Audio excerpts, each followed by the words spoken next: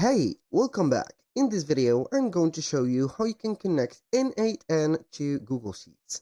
So the process is going to be very simple. It has been lately a lot, let's say here, modified and also simplified to here nearly nothing. So you're going only to need a Google account that you're going to have the Google Sheet for it and also an 8N8 account. So once you have visited the N8N or the N8N account of yours, which is going to be this, you're going to click on the plus sign in here. So we're going to head over the credential and click on personal. So from here, we're going to select the service or the app that we are going to connect. Basically, we are going to type in Sheets.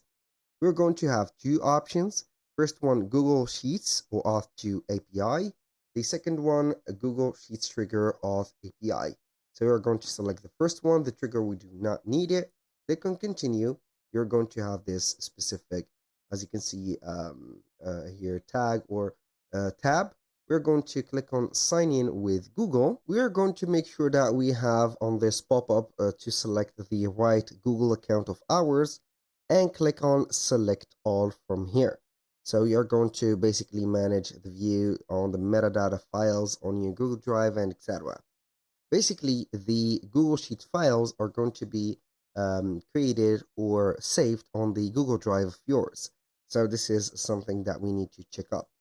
After that, you're going to click on continue and the connection is going to be here selected automatically. So you have here the account created, and from here you can go ahead and create your own workflows, and then you're going to have your Google Sheets added. So you can go ahead and have, for example, the manual trigger or an app event or whatever you want. So from here, we have connected our Google Sheet on the credentials. So you're going to find it whenever you are going to head over the overview, click on workflows, or here you are going to select credentials, and then you're going to have it in here. So you can go ahead and create some workflows based on Google Sheets. So you're going to set up the specific notes, and then you're going to have it in here.